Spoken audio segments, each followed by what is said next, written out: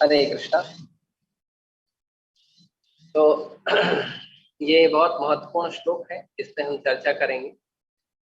और इसके साथ ही आज हमारे परंपरा के एक महान आचार्य श्रीपाद जीव गोस्वामी का तिरोभाव दिवस भी है। प्रयास करेंगे कि हम कुछ उनके गुणों पर भी चर्चा करें, जिससे हम अपने शुद्धि का प्रयास करें। तो ये जो श्लोक है, इस श्लोक में बताया गया है कि ब्रह्मा जी जो है वो शब्द ब्रह्म के रूप में प्रकट हुए हैं। और ये जो शब्द ब्रह्म है ये भगवान का ही रूप है। भगवद गीता में भगवान कहते हैं प्रणव सर्व वेदेषु, प्रणव सर्व वेदेषु। और प्रभुपाद जी तात्पर्य में कहते हैं कि ब्रह्मा जी से ही प्रणव शब्द उत्पन्न होता है।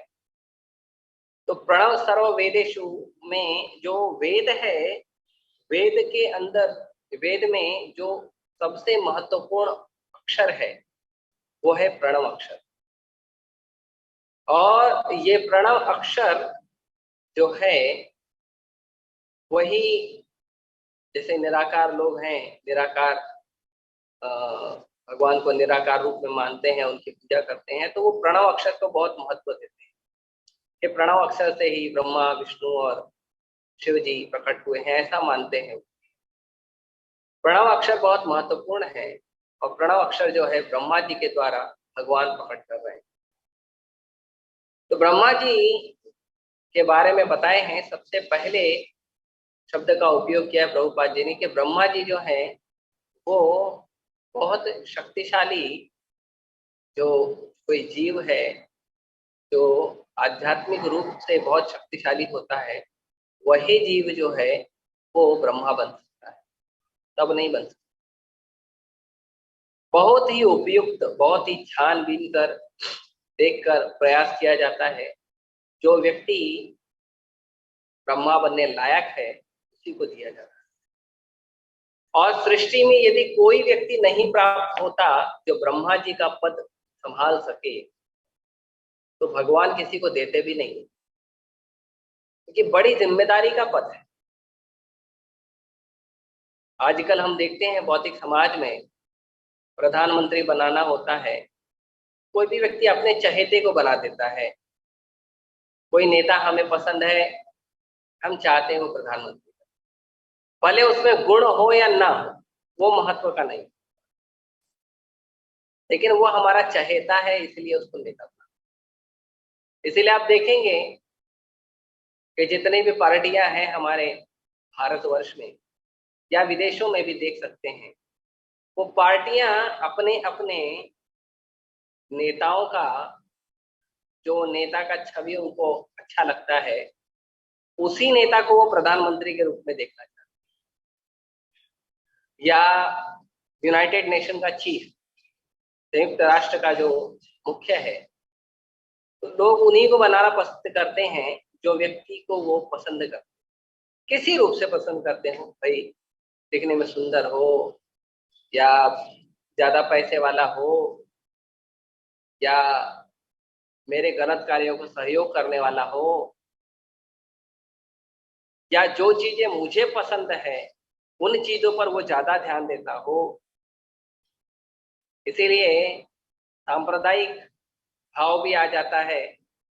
जैसे अलग अलग धर्म के लोग हैं, सो कॉल्ड जो धर्म है, हिंदू मुस्लिम क्रिश्चियन और भी अलग अलग धर्म हैं,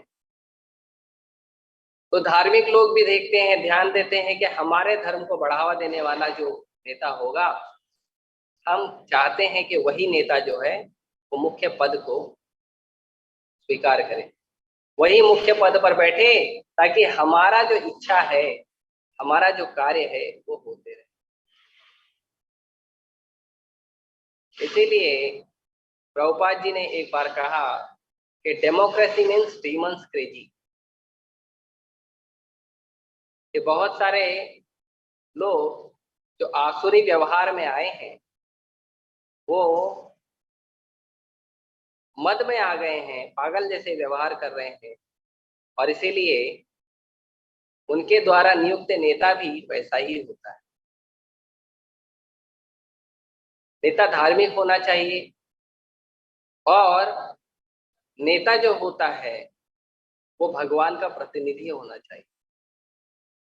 यहाँ पे प्रभुपाद जी बहुत स्पष्ट रूप से कह रहे हैं कि जब कोई नेता, जब कोई व्यक्ति, कोई जीव भगवान को उपयुक्त नहीं मिलता जो ब्रह्मा जी का पद स्वीकार कर सके, तो भगवान स्वयं ब्रह्मा जी का पद स्वीकार करते हैं, स्वयं ब्रह्मा के रूप में कार्य करते हैं। किसी को भी दे नहीं देते। गुण होने चाहिए कि वो संभाल सके। उसके बाद ब्रह्मा जी के पास बहुत सारी शक्ति संचार करते हैं भगवान, और बहुत सारी शक्ति को से संचारित होकर ब्रह्मा जी में इतनी शक्ति आती है कि सृष्टि में जितने भी जीव हैं, चाहे छोटे हैं, चाहे बड़े हैं, चाहे देवता हैं, चाहे कोई बड़े महान पद पर आसीन जो ऋषि है, मुनि है, वो सब के सब ब्रह्मा जी के शरीर से उत्पन्न होते हैं और ब्रह्मा जी उनको प्रकट करते हैं। हम देखते हैं सनत कुमार और नारद जैसे जो भगवान के महान भक्त भी ब्रह्मा जी से प्रकट हुए। तो ये सब ब्रह्मा जी से प्रकट होते हैं। तो ब्रह्मा जी जो पद है, जो ब्रह्मा का पद है, उस ब्रह्मा के पद को गौरवान्वित करने वाला जो व्यक्ति है, उसमें उतनी क्षमता होनी चाहिए कि वो 100% भगवान के शब्दों का प्रतिनिधित्व करे। और हम देखते हैं कि ब्रह्मा इतने अच्छे से भगवान का प्रतिनिधित्व करते हैं कि कई बार जो रजोगुणी उपासक हैं वो ब्रह्मा जी को ही परम भगवान मानते हैं। हम देखते हैं बहुत सारे लोग हैं वो बोलते हैं ब्रह्मा जो है वो परम भगवान है और शिव जी और विष्णु जी जो है उनसे प्रकट हुए हैं, उन्होंने पैदा किए, ऐसा उनका मानना है। क्योंकि वो इतना परफेक्टली करते हैं कि भेद समझ में नहीं आता है कि जो भगवान कार्य कर रहे हैं ब्रह्मा जी के द्वारा, और ब्रह्मा जी इतना परफेक्टली भगवान को फॉलो करते हैं कि भेद समझ में नहीं आता है कि यही भगवान है। लेकिन इसको जानने के लिए यही भागवतम में तीसरे स्कंद में ही नारद मुनि जब प्रश्न पूछते हैं भगवान ब्रह्मा जी से कि ब्रह्मा जी, पिताजी आप तो सर्वज्ञ हैं, आप तो सारे वेदों के ज्ञाता हैं, वेदों को तो आपने आंवले को जैसे कोई मुट्ठी में पकड़ सकता है, ऐसे वेद को आप हमेशा मुट्ठी में पकड़े रहते हैं।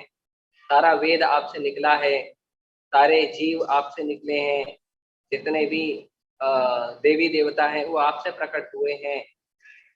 तो और समाज के लोग, संसार के लोग कहते भी हैं कि आप ही भगवान हो। तो मुझे भी लगता है आप ही परम भगवान। ब्रह्मा जी वहां पे इस बात का खंडन करते हैं कि तुम कह रहे हो और कई लोग मानते हैं मैं भगवान, लेकिन आपको बता दूं कि जो लोग ऐसा समझते हैं कि मैं परम भगवान हूँ, मैं ही आदि और अंत हूँ, मैं ही पूर्ण पुरुषोत्तम भगवान हूँ, जो ऐसा समझते हैं वो लोग बुद्धिमान नहीं है। ये ब्रह्मा जी का वचन, जिसमें ये सिद्ध होता है कि ब्रह्मा जी भगवान नहीं है, लेकिन वो इतनी शक्ति संचारित हुए हैं तपस्या करने से, भगवान को प्रसन्न करने से इतने शक्ति संचारित हुए हैं कि वो जो कार्य करते हैं वो भी एकदम भगवान के अनुरूप ही होता है। भगवान जो जो कार्य बताते हैं ब्रह्मा जी ठीक उसी वैसे ही अनुरूप कार्य करते हैं। इसीलिए ब्रह्मा का जो पद है बहुत महत्वपूर्ण है। सृष्टि के सबसे आदि जीव का, और ब्रह्मा जी आदि कवि भी हैं, सबसे विद्वान, सबसे ज्ञानी, जो इतने महान आचार्य, ब्रह्म मध्व गौड़ीय संप्रदाय के आचार्य, भगवान से ज्ञान प्राप्त करके अपने संप्रदाय को पोषित करने का कार्य करते हैं। 12 महाजन में एक महाजन ब्रह्मा जी। तो इस तरह से ब्रह्मा जी जो हैं वो बहुत महत्वपूर्ण पद संभाले हुए हैं और भगवान के शब्दों का शतशः पालन करते हैं। ऐसा ही व्यक्ति जो भगवान के शब्दों का, शास्त्रों का, भगवान के दिए हुए शास्त्रों का और भगवान के जो प्रतिनिधि भक्त हैं उनके शब्दों का मार्गदर्शन करता हो, उनके शब्दों के मार्गदर्शन पर चलता हो, वही व्यक्ति समाज को नेतृत्व करने लायक है, समाज को लीड कर सकता है। आज के समाज में जहां भगवद्गीता जयंती के अवसर पे हम पुस्तक वितरण कर रहे हैं दिसंबर में, हम जाते हैं कई बार बड़े बड़े नेताओं के पास भी जाते हैं, लेकिन वो ज्यादा ध्यान नहीं देते। कुछ लोग स्वीकार करते हैं, अरे बहुत अच्छी बात है, लाइए गीता का ज्ञान होना चाहिए समाज में, लेकिन कुछ लोग जो हैं वो नहीं स्वीकार करते। क्यों? भगवान के ज्ञान की क्या जरूरत है? भगवान का ज्ञान मिलने से रोटी मिल जाएगी क्या? भगवान का ज्ञान मिलने से क्या हमारा पोषण होगा क्या? वो समझ नहीं पाते हैं, इतना बुद्धि नहीं उनका विकसित कि वो समझ सके कि भगवान का ज्ञान प्राप्त करने से मेरा क्या पोषण होगा। ये तो सही बात है कि यदि हम भगवत गीता पढ़ेंगे, भागवतम पढ़ेंगे और बाकी अन्य चीजें करेंगे तो उससे पोषण तो हो नहीं रहा है हमारा, हमको कोई खाना तो पहुंचाता नहीं है, ऐसे साधारण लोग कहते भी हैं। और कुछ रूप से सही भी होता है, ऐसा हम देखते हैं। पर फिर प्रभाव क्या पड़ता है? फिर जरूरी क्यों है? क्यों आज के समय पे इसकी बहुत आवश्यकता है? वो इसलिए क्योंकि यदि हम भगवान के दिए हुए ज्ञान का आश्रय नहीं लेंगे और उसके आश्रय में आकर हम अगर ज्ञान से अपने आप को मजबूत नहीं बनाएंगे तो जितनी भी आसुरी शक्तियां हैं हम उन सभी आसुरी शक्तियों के शिकार हो जाएंगे। ये समझना बहुत जरूरी है। ऐसे तो भगवान ने कहा है कि अन्नात् भवन्ति भूतानि, कि अन्न से सभी जीवों का पोषण होता है। और अन्न कैसे आता है? यज्ञ करने से आता है। तो यज्ञ कैसे होता है? भगवान की जो प्रसन्नता है वो करते हैं। तो जो यज्ञ करते हैं, यज्ञ करना मतलब भगवान को प्रसन्न करना, तो भगवत गीता पढ़ना, शास्त्रों का अध्ययन करना, भक्ति करना, ये यज्ञ। तो यदि हम ये करेंगे तो भगवान प्रसन्न होंगे, और भगवान प्रसन्न होंगे तो सभी देवताओं, देवी देवताओं को इंस्ट्रक्शन मिलेगा और हमारा पोषण होगा।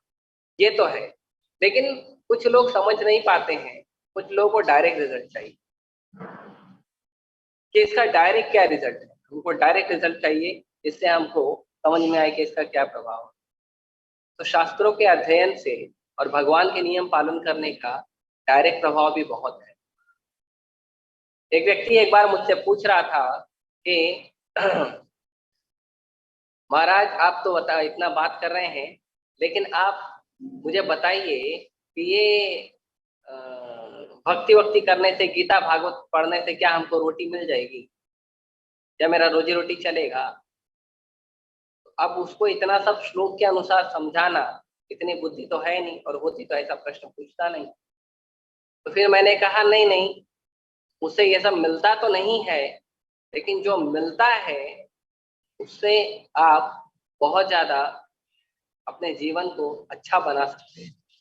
उससे पूछा कैसे बना सकते हैं?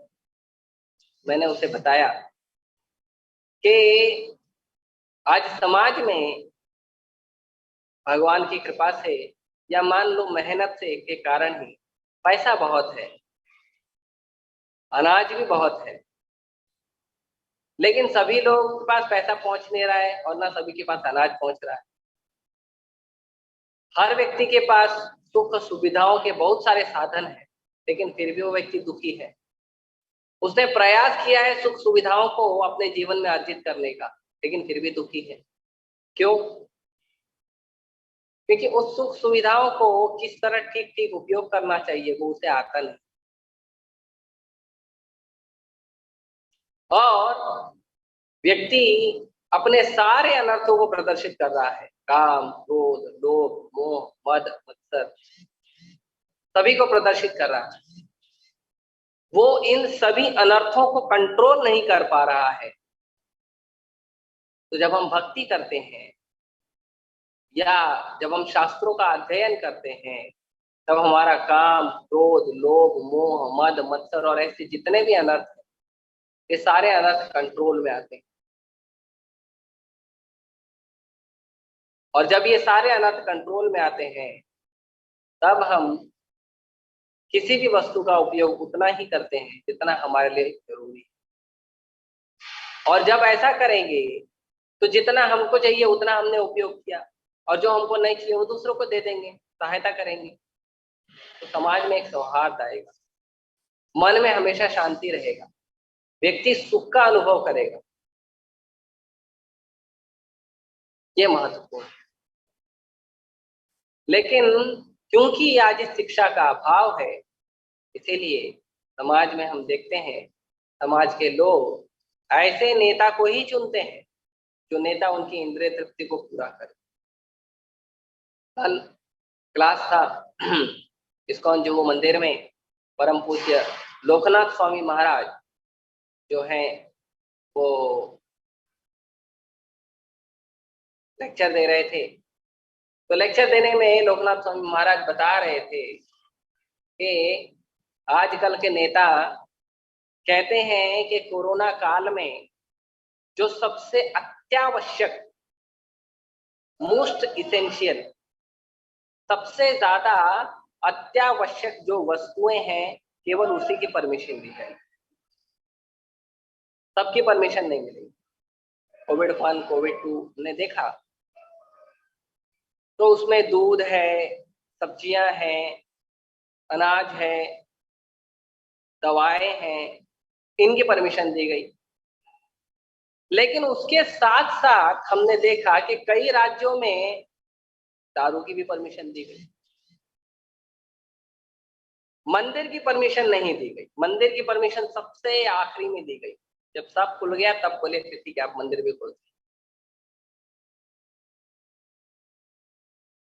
ग्रंथ वितरण की परमिशन नहीं दी गई, हरिनाम निकालने की परमिशन नहीं दी गई, प्रसाद वितरण की परमिशन नहीं दी गई। ये तो भक्तों ने बहाना ढूंढा कि कोविड में लोगों को फ्री फूड के नाम से भक्तों ने बहुत सारा प्रसाद बांट दिया। आई थिंक 22 या 25 करोड़ प्लेट्स प्रसाद वितरण हुआ है इस्कॉन के द्वारा। तो अत्यावश्यक के उसमें क्या है? दूध है, सब्जियां हैं, अन्न है, और दवाएं हैं, और दारू है।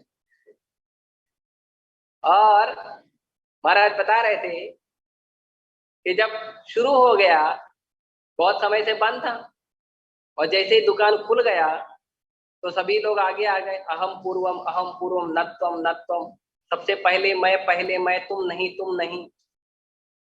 फिर सरकार ने कहा देखो ऐसे झगड़ा मत करो, हम आपकी होम डिलीवरी करवा देंगे। क्या ये अत्यावश्यक है? नहीं।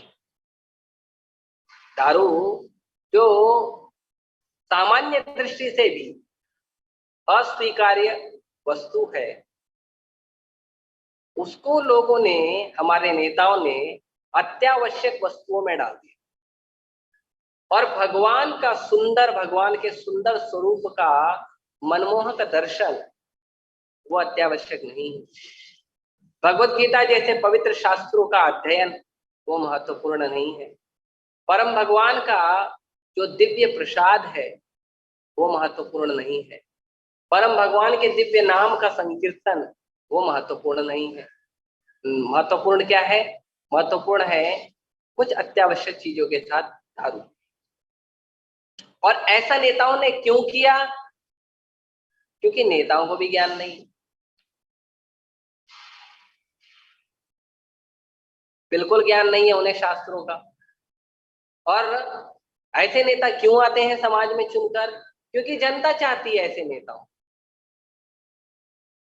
आज समाज में जो चारों नियम हम पालन करते हैं, इस्कॉन में प्रयास करते हैं, पालन तो कर नहीं पाते, प्रयास करते हैं चारों नियम का, मांसाहार नहीं करना, अवैध संबंध नहीं बनाना, जुआ सट्टा नहीं खेलना, नशा नहीं करना, ये जो चारों नियम का हम पालन करते हैं, आज समाज में ये बहुत पूरित मात्रा में उपलब्ध है। मांसाहार करने के लिए बहुत बड़े बड़े कत्ते खाने खोले गए हैं, नशा करने के लिए बहुत सारी दुकानें हैं, क्या देसी और क्या विदेशी, सब कुछ पूरित मात्रा में उपलब्ध है। अवैध संबंध तो आप देखेंगे, पहले तो थोड़ी शर्म होती थी हमारे मीडिया वाले और बॉलीवुड वालों को, अब तो पूरी तरह समाप्त हो गई है। और बहुत ज्यादा मात्रा में इसको इतना ज्यादा उपलब्ध कराया गया है कि छोटे छोटे टीवी सीरियल्स में और यहाँ तक के कार्टून में भी लोगों का वही चेतना होता है। बहुत सारे तो कार्टून ऐसे हैं जिन कार्टून को देख के छोटे छोटे लड़के लड़कियां सीख लेते हैं, 5 साल 6 साल 7 साल की उम्र में, कि लड़के लड़कियों का प्रेम संबंध होना चाहिए, एक लड़के की एक गर्लफ्रेंड होनी ही चाहिए और एक गर्लफ्रेंड का एक बॉयफ्रेंड होना ही चाहिए। इतने निम्न स्तर पे आके अवैध संबंध को बढ़ावा दिया जाए। और बहुत सारे जो क्विक मनी अर्निंग सोर्सेस हैं उसको बढ़ावा दिया जाता है। तो बहुत सारे जो चारों नियम तोड़ने के बहुत सारे पूरित मात्रा में लोगों के पास अवसर उपलब्ध कराए जाते हैं ताकि लोग मद में रहें, लोग भी इंद्रिय तृप्ति करें और उन लोगों का नेता भी इंद्रिय तृप्ति करे और सब के सब नरक के राजमार्ग से नरक की ओर जाए। प्रभा जी कहते हैं रॉयल रोड टू हेल। तो ये राजमार्ग से बहुत भोग करते हुए अपने इंद्रियों का ये नरक में जाते हैं। क्यों? क्योंकि ये ब्रह्मा जी जैसे भगवान का प्रतिनिधित्व नहीं करना चाहते, शास्त्रों के आधार पे भगवान का प्रतिनिधित्व नहीं करना चाहते। इसीलिए ये परिस्थिति, लोग नहीं चाहते कि भगवान के भक्तों को कमान दी जाए। भगवान के भक्त जो हैं वो समाज में लोगों को ज्ञान दें। हालांकि भगवान के भक्तों में किसी में कभी कोई रुचि नहीं होती है कि उन्हें कोई बड़ा पद मिल जाए, वो कोई बड़े नेता बन जाए, उनकी इच्छा नहीं है, वो तो अपना भजन करना चाहते।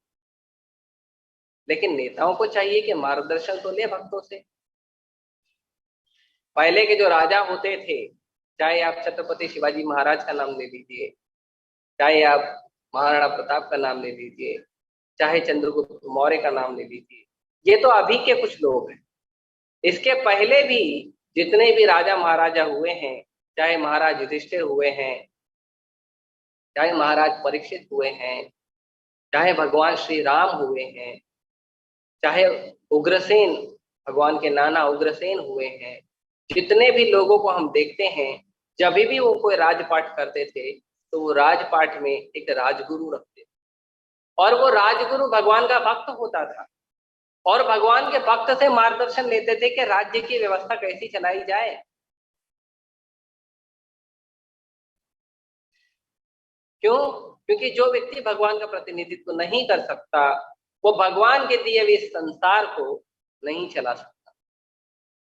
ये हमें ब्रह्मा जी से सीखना है। यहाँ पे तात्पर्य में इसीलिए प्रभुपाद जी बहुत महत्वपूर्ण शब्द कहे हैं कि वो सारी शक्तियों से, भगवान की दी हुई शक्तियों से पूरित होना चाहिए। आजकल के नेताओं में क्या गुण है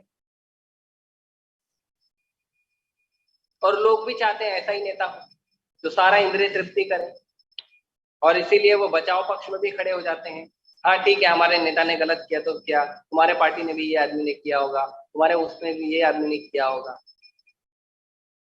गलत को गलत नहीं कहा जाता, आजकल गलत को भी सही कहा जाता है कि तुम किए तो हमने किया, क्या गड़बड़।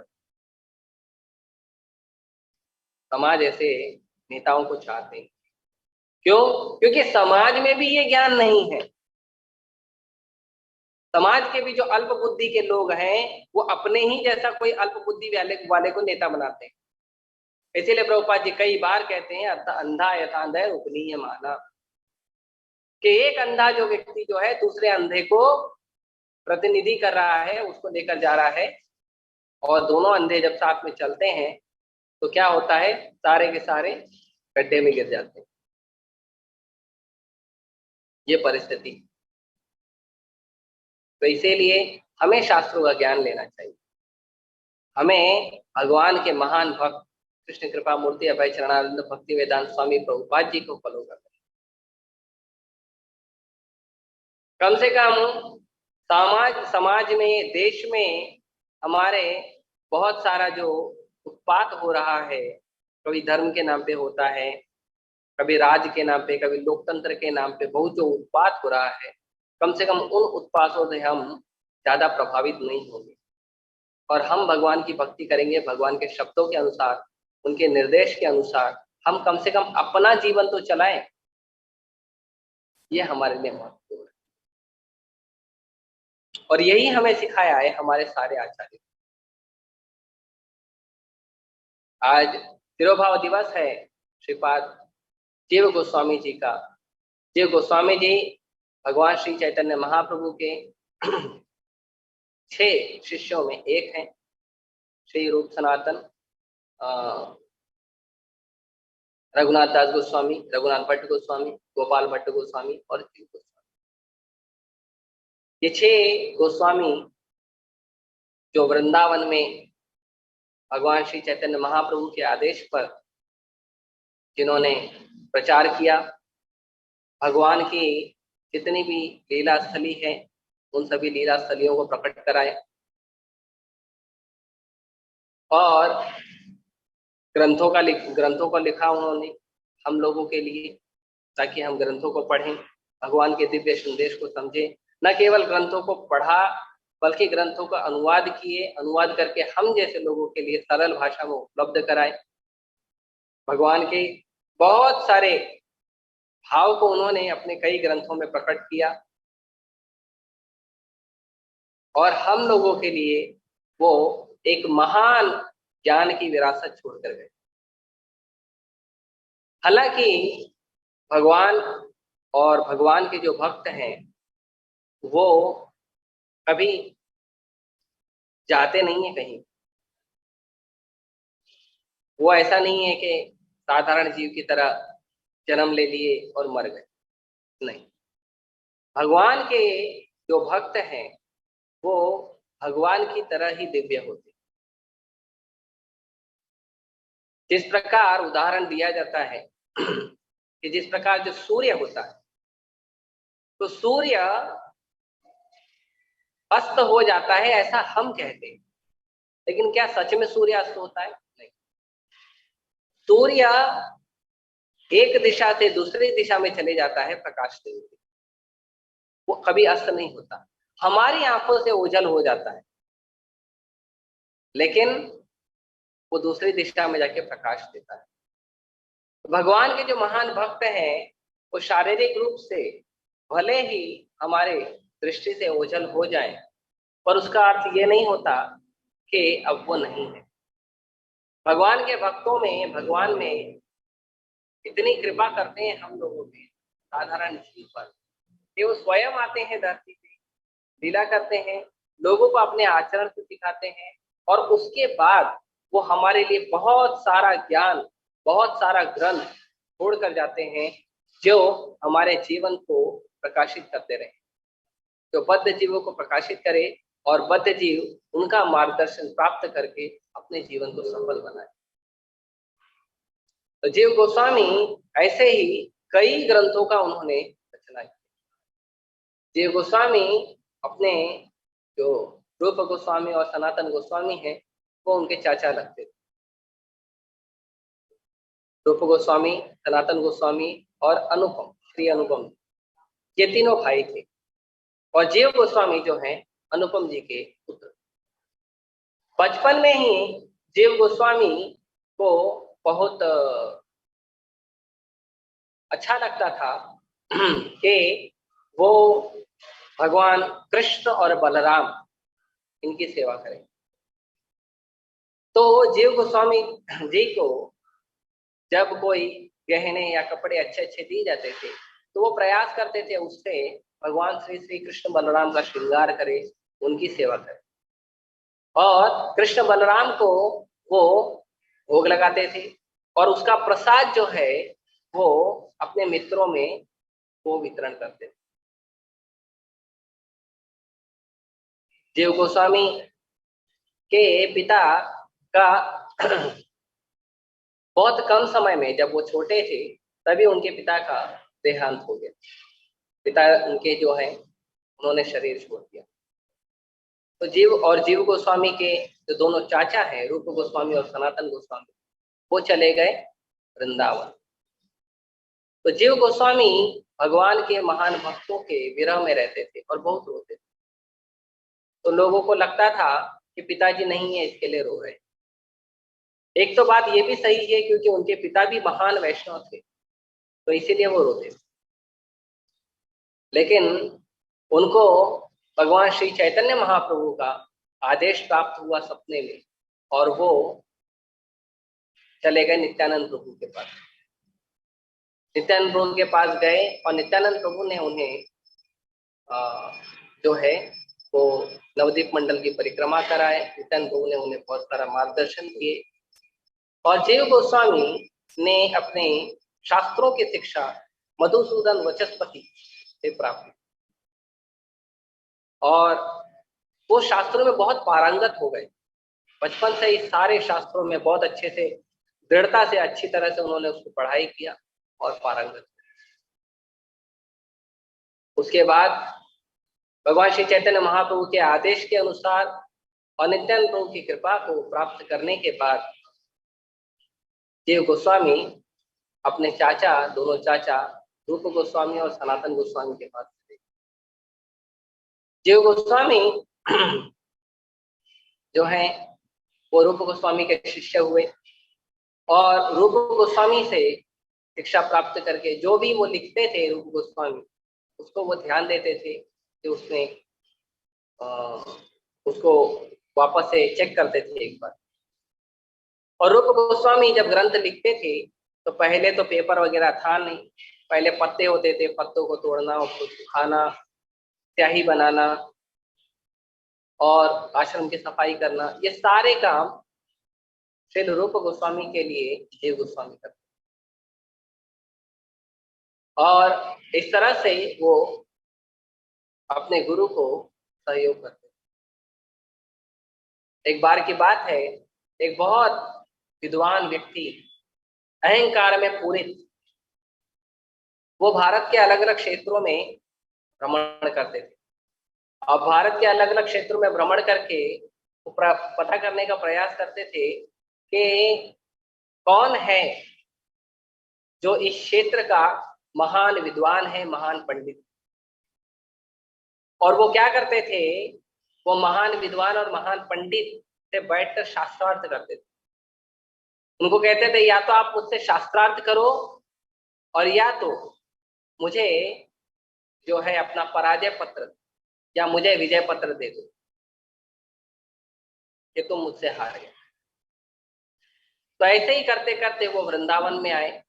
वृंदावन में उन्हें पता चला कि वृंदावन में दो बहुत ज्ञान शिरोमणि प्रखंड विद्वान श्री रूप गोस्वामी और श्री सनातन गोस्वामी,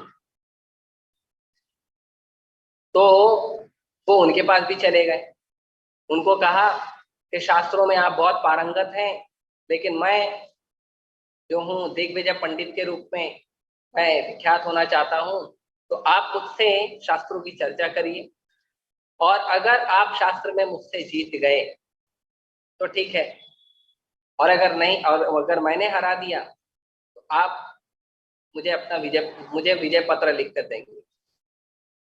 या तो दूसरा तरीका ये है कि आप पहले ही हार मान लो और विजय पत्र लिख कर दे। तो जो भगवान के जो महान भक्त होते हैं वो इस तरह की बहसबाजी में जिसमें उनका नाम हो, उनकी प्रतिष्ठा बढ़े, वो उन्हें पसंद नहीं। प्रभुपाद जी ने भी बहुत लोगों के साथ चर्चा जरूर की, लेकिन प्रभुपाद जी ने भगवान के नाम को बढ़ाने के लिए, भगवान का गुणगान करने के लिए किया।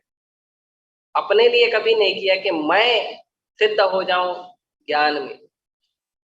और जहां कहीं भी लोग ये प्रयास करते हैं कि हम सिद्ध हो जाए, हम आगे बढ़ जाएं, हमारा नाम हो, ऐसे कार्यों में भक्तों को कोई रुचि नहीं।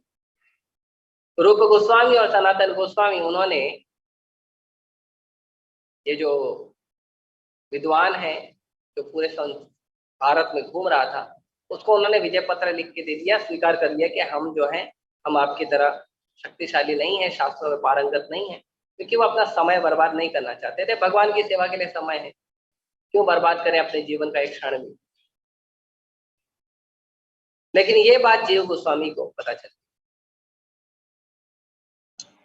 और जब ये महान विद्वान दोनों से, श्री रूप गोस्वामी से श्री सनातन गोस्वामी से विजय पत्र लेकर जा रहे थे, तो उन्हें पता चला कि जीव गोस्वामी भी एक है, वो भी बहुत महान विद्वान है। तो वो आ गए इनके पास भी शास्त्रार्थ करने के लिए। अब जीव गोस्वामी का भाव ये नहीं था कि मेरा नाम हो, मेरा महिमा मंडल हो, लेकिन उनके गुरु का अनादर करके ये व्यक्ति जा रहा था। वो अपने गुरु का अनादर नहीं सहन करता। तो उन्होंने कहा आओ बैठो, तुम शास्त्रार्थ करो। तो शास्त्रार्थ करना शुरू कर दिया। शास्त्रार्थ करते करते करते करते जीव गोस्वामी के सामने वो जो विद्वान बैठा था वो, और वहां सभा में जितने लोग बैठे थे सभी ने स्वीकार किया कि जीव गोस्वामी जो है वो शक्तिशाली हैं और वो शास्त्र में ज्यादा जानते, और ये विद्वान पराजित हो गए। लेकिन जब ये बात श्रील रूप गोस्वामी को पता चली कि जीव गोस्वामी ने इस तरह से किया, हालांकि वो जानते हैं, लेकिन एक सिद्धांत को स्थापित करने के लिए उन्होंने कहा कि हम यहाँ भगवान की सेवा करने आए हैं, न कि किसी विद्वान को पराजित करने के लिए और उससे हमारा नाम बनाने के लिए। तो ये अच्छी बात नहीं है, आप इसी समय यहाँ से चले जाइए। और जीव गोस्वामी वहां से चले गए। बहुत दूर जाके एक गुफा, और वहां पे एक तालाब था, वहां पे जाके भजन करते थे। तालाब में कुछ मगरमच्छ भी थे, लेकिन वहां जाके पूरी तरह से विरक्त भगवान का भजन करते थे। और कभी कोई कुछ आटा दे दिया तो उसको पानी में गोली बना के थोड़ा सा उसको सेक के भगवान को भोग ला के पा लेते। मांगने भी नहीं चाहते, एक ही जगह बैठ के भजन करते। तो एक बार सनातन गोस्वामी, जो ब्रज में सभी को जानते थे और ब्रज में उनको सब जानते थे, वो जाते थे, हर रोज कुछ भिक्षाटन करते थे, कुछ मधुकरी करते थे। तो मधुकरी कर रहे थे, तो एक बार उन्होंने एक दरवाजे पे, एक माता जी के घर पे उन्होंने 2-3 बार आवाज लगाई कि मधुकरी के लिए। तो माता जी को थोड़ा सा बुरा लगा। माता जी ने कहा आप इतना क्यों बोलते हो, थोड़ा रुक नहीं सकते, केवल आप ही हो ऐसा बोलते हो। हम देख, अब वहां पे हमारे नजदीक में एक और साधु है, एक और भगवान के महान भक्त हैं, वो तो कभी मांगने नहीं आते, कभी भी उनको कुछ दे दिया तो वो उसमें ही संतुष्ट रहते, कभी मांगने ही नहीं आते। आप तो मधुकरी करते हो, आप तो बोलते भी हो कि हमको दे दो। सनातन गोस्वामी जो पूरे ब्रज को जानते थे, वो सोचने लगे कि यहाँ पे कौन नया साधु आ गया और इतना विरक्त, इतना महान भक्त भगवान का। तो जब वो गए देखने के लिए तो उन्होंने देखा ये तो जीव गोस्वामी। तो उन्होंने जीव गोस्वामी को अपने साथ ले आए और रूप गोस्वामी से बात किए। रूप गोस्वामी से वो बात करते समय उन्होंने कहा कि भगवान चैतन्य महाप्रभु ने हमें कुछ चीजें कही है करने के लिए, जो है नामे रुचि, जीवे देवा दया और वैष्णव सेवा। तो नामे रुचि और वैष्णव सेवा तो ठीक है, लेकिन जीवे दया तो होनी चाहिए। रूप गोस्वामी ने स्वीकार किया, हाँ जीव दया तो होनी चाहिए। तो उन्हें कहा फिर ये भी तो एक जीव है, आपका शिष्य भी तो एक जीव है। रूप गोस्वामी जब उन्हें देखे तो उन्हें वापस से स्वीकार किए और जीव गोस्वामी फिर से उन्होंने शिक्षा वगैरह देना शुरू। तो इस तरह से जीव गोस्वामी उन्होंने एक महान आदर्श स्थापित किया और भगवान श्री चैतन्य महाप्रभु के 6 के 6 शिष्य इन्होंने हमारे लिए एक महान ज्ञान की विरासत दे गए हैं। हमारे लिए जो आज हम जाते हैं, वृंदावन का दर्शन करते हैं, ब्रज का दर्शन करते हैं, अलग अलग भगवान की लीला स्थलियों का दर्शन करते हैं, ये इनकी कृपा से हमें प्राप्त है। तो इस तरह से भगवान के महान भक्त, महान वैष्णव तो तुष्ट ज्ञान चिंतन में नहीं लगते हैं और हर क्षण प्रतिक्षण केवल भगवान की सेवा को ही समर्पित होता है। वो और कुछ नहीं समझते हैं और केवल प्रचार में लगे रहते हैं, जीवों पर दया करते हैं, लोगों को भगवान के नाम का जप करने का अवसर देते हैं, लोगों शास्त्रों की रचना करते हैं, भगवान के महान विशाल मंदिरों का निर्माण करते हैं। इस तरह से ये 6 गोस्वामियों की कृपा हमें प्राप्त होती है हमारे गुरु परंपरा में श्रील प्रभुपाद जी के द्वारा और श्रील प्रभुपाद जी के शिष्यों के द्वारा। तो इस तरह से आज तिरोभाव दिवस है श्री जीव गोस्वामी जी का। तो हमें उनसे प्रार्थना करेंगे कि वो हमें आशीर्वाद दें ताकि हम भी, हालांकि इतना शक्ति तो नहीं है मुझ जैसे जीव में, लेकिन फिर भी मैं प्रयास करूं, हम प्रयास करें कि हम उनसे प्रार्थना करें कि हम भी थोड़ा बहुत भगवान के शब्दों को, भगवान के मार्गदर्शन को समझने का प्रयास करें, वैष्णव की सेवा करें।